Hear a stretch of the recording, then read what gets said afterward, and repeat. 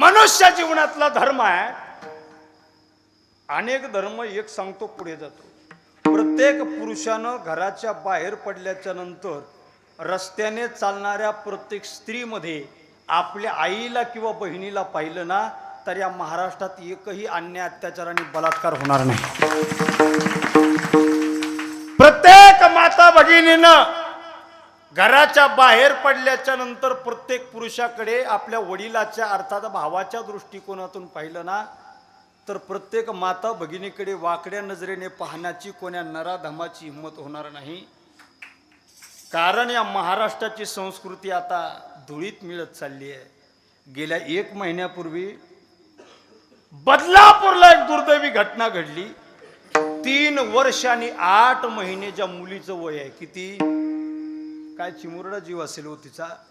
3 वर्ष आणि 8 महिन्याच्या चिमुरड्या ताईचं वय आहे.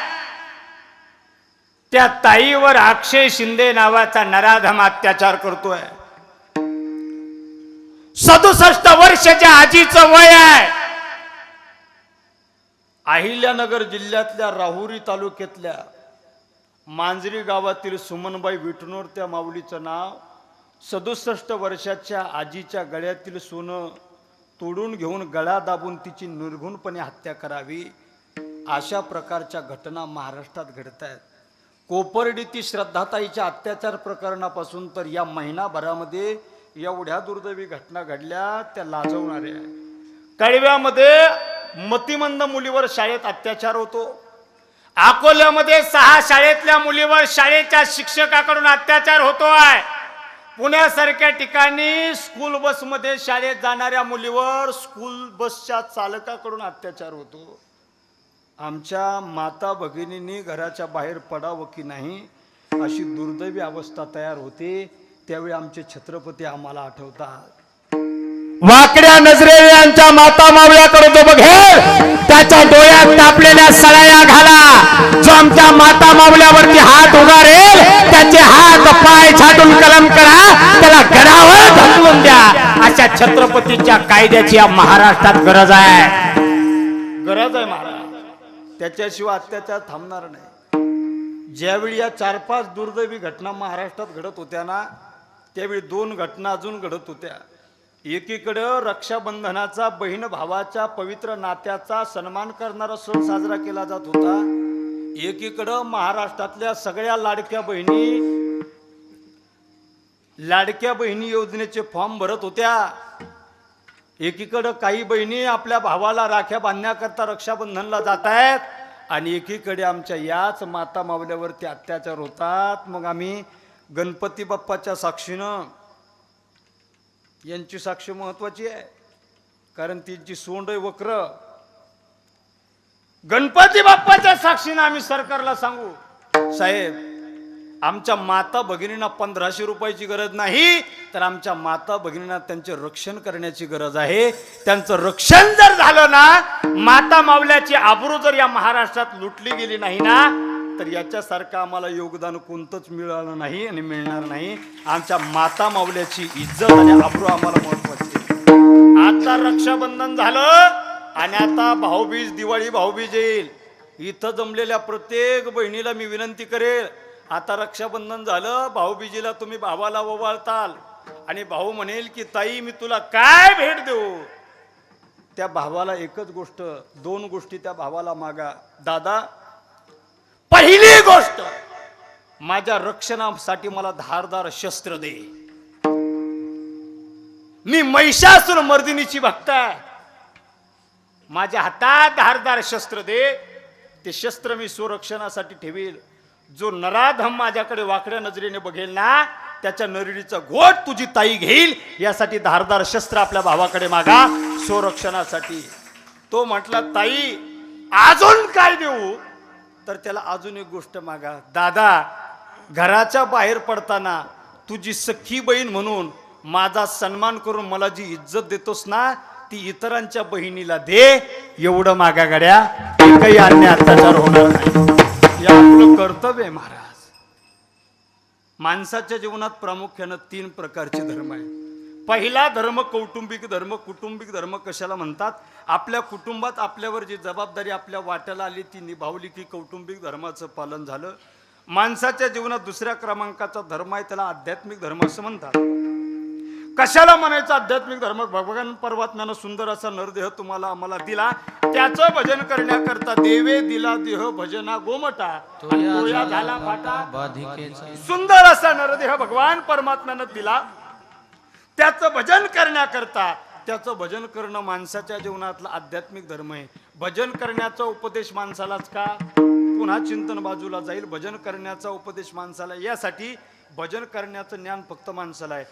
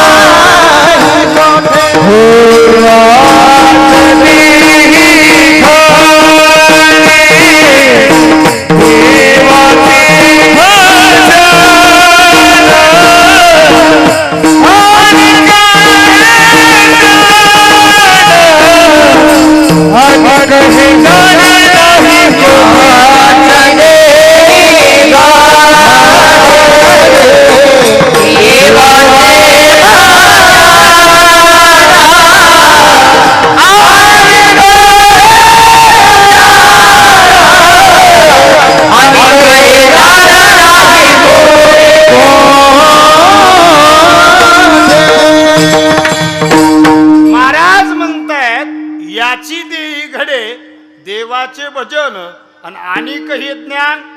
माणसाशिवाय भजन करण्याचं ज्ञान दुसऱ्या प्राण्याला नाही, म्हणून त्यांना पाप पुण्य सुद्धा कळत. पशु काय पाप पुण्य जाणती आणि उत्तम मध्यम भोग. पशुला भजन करण्याचं ज्ञान नाही म्हणून पाप पुण्य सुद्धा कळत नाही. म्हणून कुत्रे कधी पंढरपूरच्या दिंडीत जात, गाढव कधी कीर्तनात येत, गाढव कीर्तनाला येतच नाहीत, घरी झोपतात. पण माणसाच्या जीवनातला हा आध्यात्मिक धर्म आहे आणि माणसाच्या जीवनातला तिसऱ्या क्रमांकाचा धर्म आहे, त्याला सामाजिक धर्म असं म्हणतात. कशाला म्हणायचं सामाजिक धर्म? आपल्या जीवनात कुणाचं चांगलं नाही करता आलं तर करू नका, पण कुणाचं वाईट सुद्धा करू नका. एखाद्या गरीबाच्या लेकीच्या लग्नाला नाही जाता आलं तर अजिबात जाऊ नका, पण कोण्या गरीबाच्या लेकीचं लग्न मोडण्याचं पाप सुद्धा करू नका. एखाद्या गरीबाला घर बांधण्याकरिता मदत करता येत नसेल तर करू नका, पण कोण्या गरीबाची झोपडी जाळण्याचं पाप सुद्धा करू नका. कुणाच्या वाटेवर फुलं नाही टाकता आली तर टाकू नका, पण कुणाच्या वाटेवर काटे सुद्धा टाकू नका. भला किसी का कर ना सके तो, बुरा किसी का मत करना, पुष्प नहीं बन सकते तो, काटे बनकर मत राहीना. हा सामाजिक धर्म आहे. तुम्ही म्हणाल सामाजिक धर्म पाळणं आमच्यासाठी गरजेचं आहे का? हो, गरजेचं आहे. सामाजिक धर्म का पाळावा? सामाजिक धर्माचं काय मोल आहे, सामाजिक धर्माची काय किंमत आहे आणि सामाजिक धर्माची काय ताकद आहे, हे मनोज जरांगे पाटील नावाच्या मराठ्याच्या वाघानं संपूर्ण भारत देशाला दाखवून दिले. महाराज काय काम आहे महाराज जरांगे पाटलाचं. 22 वर्ष समाजासाठी संघर्ष केला त्या माणसानं. पोटात अन्नाचा कण नसताना तो माणूस समाजासाठी वनवन फिरला, हे मी माझ्या डोळ्यानं पाहिलंय. अंगावरती फाटकी कपडे असताना त्या माणसानं समाज जागृती केली, हे मी माझ्या डोळ्यानं पाहिलंय. स्वतःच्या घरात महिनाभर पुरेल एवढं अन्नधान्य नसताना सुद्धा त्या माणसानं स्वतःच्या कुटुंबाकडे दुर्लक्ष करून फक्त स्वतःच्या समाजाच्या हितासाठी 22 वर्ष संघर्ष केला. परिणाम महाराष्ट्रातले कोट्यावधी मराठी जरांगे पाटील नावाच्या वाघाला डोक्यावर घेऊन नाचत आहेत.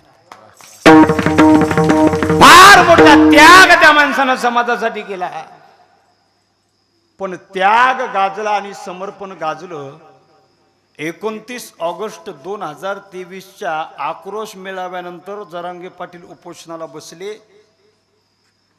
जरांगे पाटलाच्या उपोषणस्थळी सराटी आंतरवाडीत लाठी हल्ला झाला. सगळ्यांना आपल्याला माहित आहे, थोडक्यात बोलून पुढे जातो. लाठी हल्ला सरकारने केला आंदोलन मोडायला,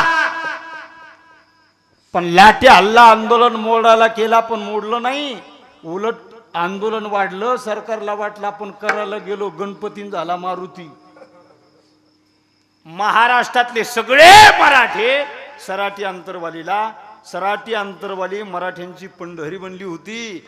आणि मनोज जरांगे पाटील मराठ्यांचं दैवत पांडुरंग बनले होते. सरकारला वाटलं जरांगे पाटलाचं आंदोलन मोडायला वापरलेला पहिला पर्याय फसला. जरांगे पाटलाला शब्द दिले, खोटं आश्वासन दिलं, उपोषण सोडायला लावलं, आंदोलन मोडण्याकरता अनेक पर्याय वापरले. मग सरकारनं दुसरा पर्याय वापरला, मनोज जरांगे पाटलांना मॅनेज करण्याचा. ऐका बरं का, मॅनेज करण्याकरता सरकारची काही माणसं गेली. जरांगे पाटील मॅनेज झाले नाही, पण जरांगे पाटलानं सांगितलं कुजबूज करू नका, जे काय बोलायचे ते माझ्या समाजाच्या समोर बोला, कारण मी खानदानी मराठ्यांचा पोरगा, समाजाशी गद्दारी करणार नाही. जरांगे पाटलांना मॅनेज करण्याचा दुसरा पर्याय सरकारचा फसला. मग सरकारनं तिसरा पर्याय वापरला, जातीत भांडणं लावण्याचा. ऐका बरं, जातीत भांडणं लावण्याचा तिसरा पर्याय सरकारनं वापरला. आणि त्यासाठी सरकारनं महाराष्ट्रात काही कुत्रे पाठवले. कुत्रे एकीकडे जरांगे पाटलाच्या रेकॉर्ड ब्रेक सभा होत होत्या. दुपारी 2 वाजता होणारी सभा रात्रीच्या 2ला झाली बीडला. 10 लाख मराठे जागचे उठले नाही. 10 लाख मराठ्यांनी 12 तास ग्राउंड सोडलं नाही. एकीकडे 10 लाख मराठ्यांच्या सभा होत होत्या आणि जरांगे पाटलाच्या विरोधात सोडलेल्या सरकारच्या पाळीव कुत्र्याच्या सभा दुसरीकडं 300 लोक, 350 लोक. त्याच्यातले 150 स्टेजवर आणि 150 खाली. खालच्या 150 50 साऊंड सिस्टम वाले.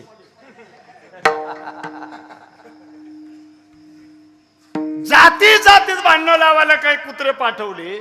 पण महाराष्ट्रातल्या 18 पगड जातीचे लोक एवढ्या हुशार आहे, त्या सगळ्या लोकांनी ठरवलं मनोज जरांगे नुसते मराठ्यांसाठी लढू द्या, पण प्रामाणिकपणे लढतायत. सगळ्या जातीच्या लोकांनी जरांगे पाटलाला पाठिंबा दिला. म्हणून तर 14 ऑक्टोबरच्या जरांगे पाटलाच्या आंतरवालीच्या विराट सभेत मुसलमानाचे पोरं पाणी वाटप करत होते.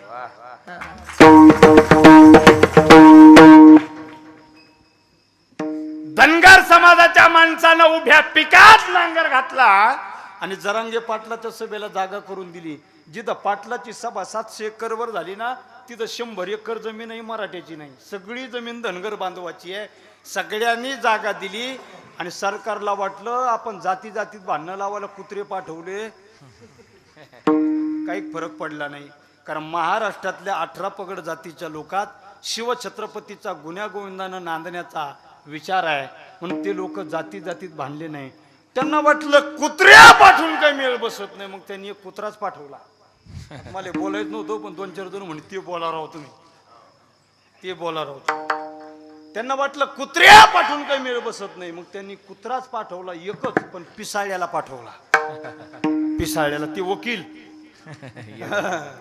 लय डेंजर, ते लय खतरनाक. पाहत एकीकडं, बोलत एकीकडं, जिलेबीकडे पाहत न भजे मागत. काय बोलण्याची काय पद्धत असते.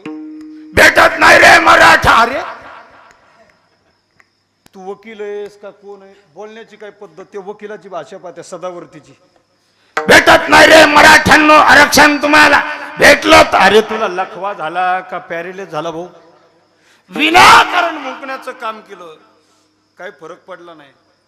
जरांगे पाटलावर कायम टीका केली आणि जरांगे पाटलावर टीका करताना तिची स्टाईल झालं की बा, या मनोज जरांगेमुळे पोलीस धारा तिरकी पडले. मनोज जरांगेला तातडीने अटक करा, मुसक्या बांधा. अरे हकन्या, तू मंगेश साबळे नावाच्या मराठ्याच्या साध्या सरपंचाला अटक करू शकला नाही, जरांगे पाटील नावाच्या वाघाला काय अटक करशील. तो सदावर्ती एवढा हुशार आहे, त्याने एक गाढवीन पाळलेली, गाढवीन, आणि तो दररोज गाढविणीचं दूध पितो. मी खोटं बोलत नाही. मी पहिल्यांदा कीर्तनात सांगितलं हे ते गाढविणीचं दूध पितो, तर त्याला मीडियावाल्यानं प्रश्न विचारला की तुम्ही गाढविणीचं दूध पिता असा तुमच्यावर आरोप होतोय. त्यानं उत्तर काय दिलं? अजिबात नाही, आता नाही, नांदेडला होतो तेव्हा पित होतो. माझ्यावर टीका करणाऱ्याला गाढविणीच्या दुधाचं काय महत्व कळणार? ते 5,000 रुपये लिटर आहे. म्हणजे पहिला गाढवीन पाळून पित होता ना, आता इकत घेऊन पितो. पण येतो कशी बुद्धी येईल भाऊ तुला? आणि त्याने ते चष्मा कुठून आणला अजून कळना भाऊ मला.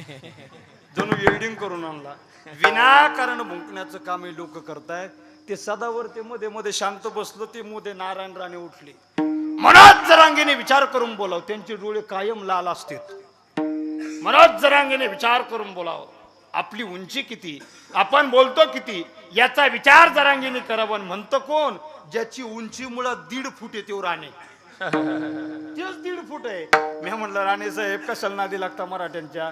तुम्ही आणि तुमचे 2 पोरं एकावर एक जरी उभे राहिले तरी जरांगे पाटला इतकी उंची होणार नाही. 1.5 4.5 विनाकारण मध्ये ते रामदास कदम उठले. मनोज जरांगेंनी मला त्यांचा ठेका घेतला काय? तोत्र मला तोल्यातले मला थे आणि कोकणातले मला थे लोती बेती व्यवहार होत नाही. आम्ही कसोयरी करायला आलो कर तिकडं?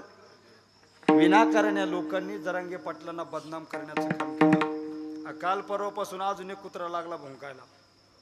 राजा भाऊ राऊत बार्शीचा आमदार आहे. समाज एकत्र झालाय भाऊ. तुला जर समाजाच्या कामात सहभाग घेता येत नसेल तर घेऊ नको, पण समाजाच्या विरोधात पाऊल उचलू नको. जरांगे पाटील असे, जरांगे पाटील तसे, पाटलावर चुकीचे आरोप करण्यामध्ये त्या राजाभाऊ राऊतांनी पाटलांना चॅलेंज केलं. राजाभाऊ जरांगे पाटलाला चॅलेंज कुणीच करू नये.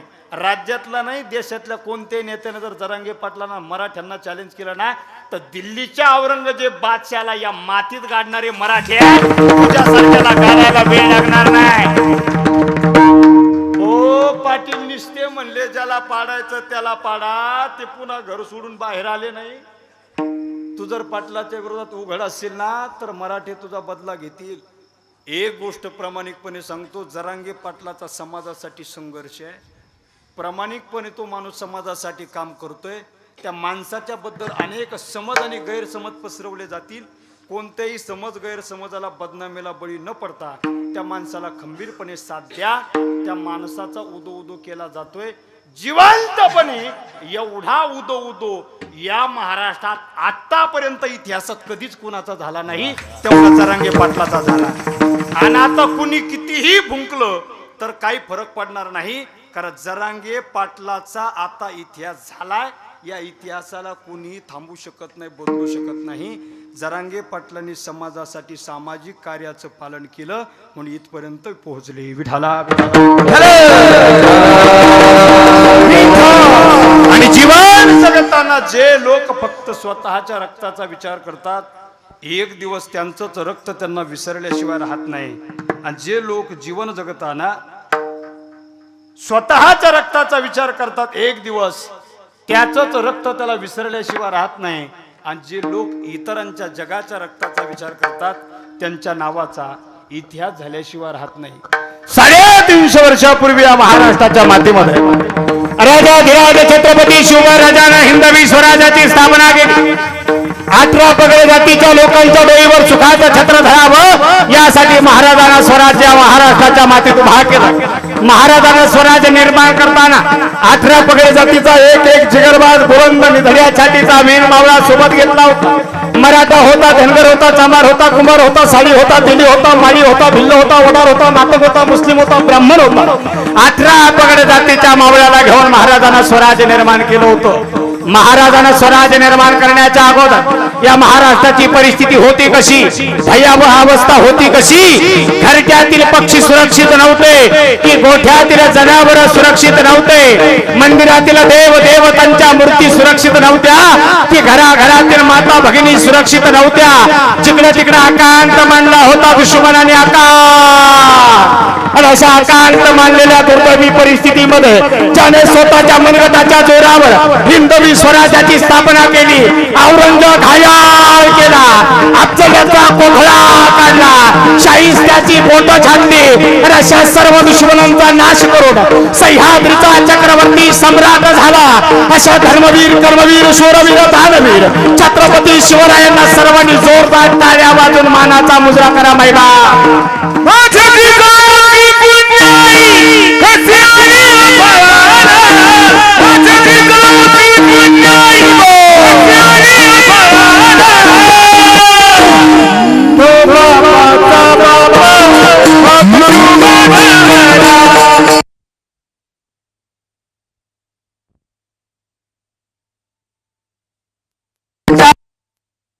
राजा शिवबा जन्माला तो बापाचा बाप राजा शिवबा जन्माला होत होती माझी भाऊची हे तरी स्वराजाची होती माझी धावची हे तरी स्वराजाची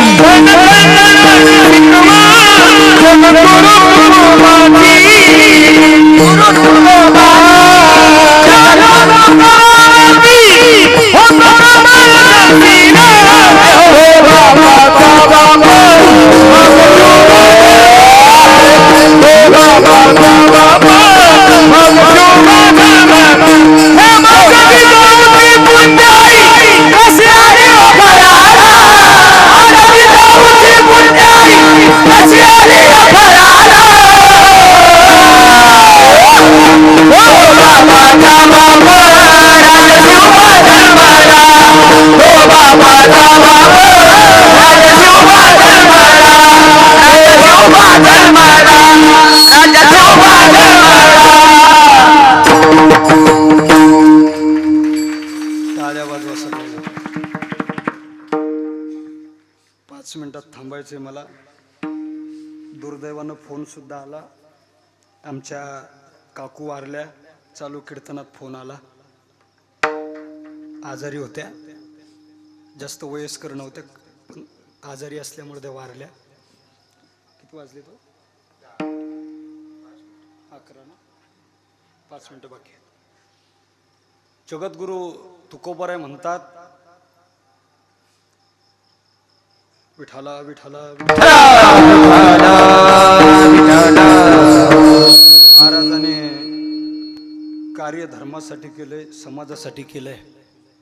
आणि जी माणसं दुसऱ्यासाठी जगतात, जी माणसं परार्थासाठी जगतात ना, त्यांच्या नावाचा इतिहास होत असतो. विठाला विठाला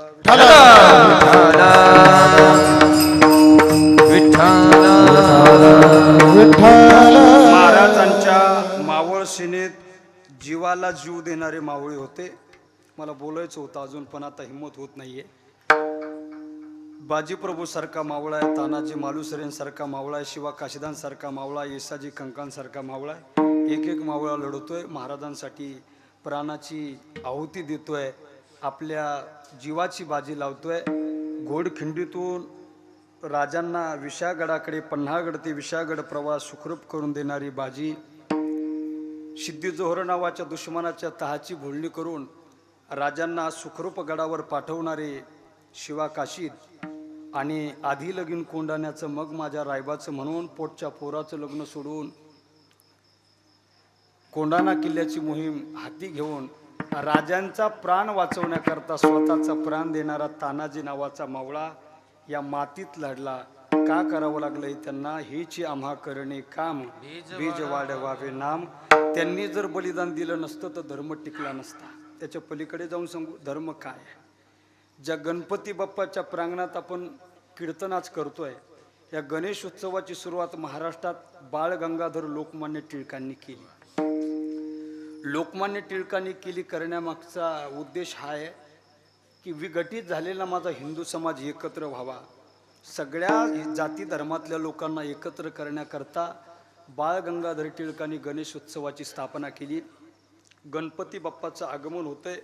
गणेश चतुर्थी ते अनंत चतुर्दशी 10, 11, कधी 12 दिवसाचा, तिथीचं कमी जास्त झालं तर अनंत चतुर्दशीपर्यंतचा हा प्रवास गणेश उत्सवाच्या निमित्तानं समाज एकत्रित व्हावा, संघटित व्हावा, एकत्रित राहावा याकरता लोकमान्य टिळकांनी जे काम केले हेच आम्हा करणे काम. बीज वाढवावे नाम, धर्माचं पालन करताना तीक्ष्ण अशा शब्दरूपी बाणाचं शस्त्र हाती घेऊन धर्माच्या पालनाचं काम संत करतात. तीक्ष्ण उत्तरे हाती घेऊनही बाण फिरे. संताच्या जीवनात शब्दरूपी बाण आहे, शब्दरूपी शस्त्र आहे. तुकोबाराय म्हणतात बाबा या पवित्र धर्मकार्यात, या पवित्र सत्कार्यात कसल्याही प्रकारचा भेदभाव न करता, भीडभार न राखता, नाही भीडभार. तुका म्हणे साना थोर विठोबार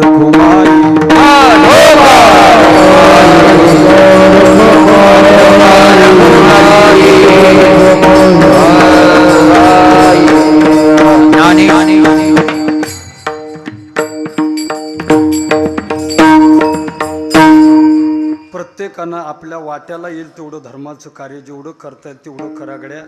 गणपती बाप्पा बसले, काहींनी वर्गणी द्या, काहींना या